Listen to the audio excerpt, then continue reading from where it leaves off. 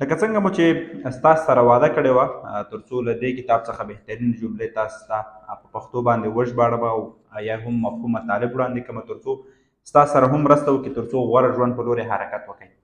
دلته یوه نوې جمله ده ما لږ مخکې په مطالعه کې ولوسته، لیکلي دي چې to start new life or new process you must first stop another one.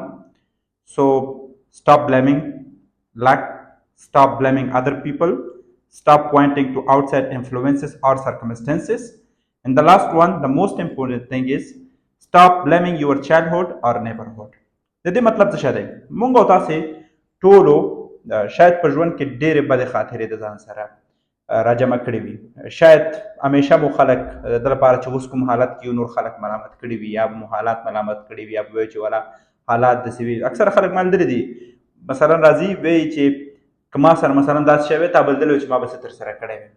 که تاسې چېرته ژوند کې غواړئ غوره ځي ته ورسېږئ، نو تاسې باید اول خپل قسمت ملامتول پرېږدئ، د نورو خلکو ملامتول پرېږدئ، حالات ملامتول پرېږدئ، د باندې کوم څه چې ستاسې په واک کې نه دي د هغې ملامتول پرېږدئ، خپل همسایګان خپل ماحول ملامتول پرېږدئ.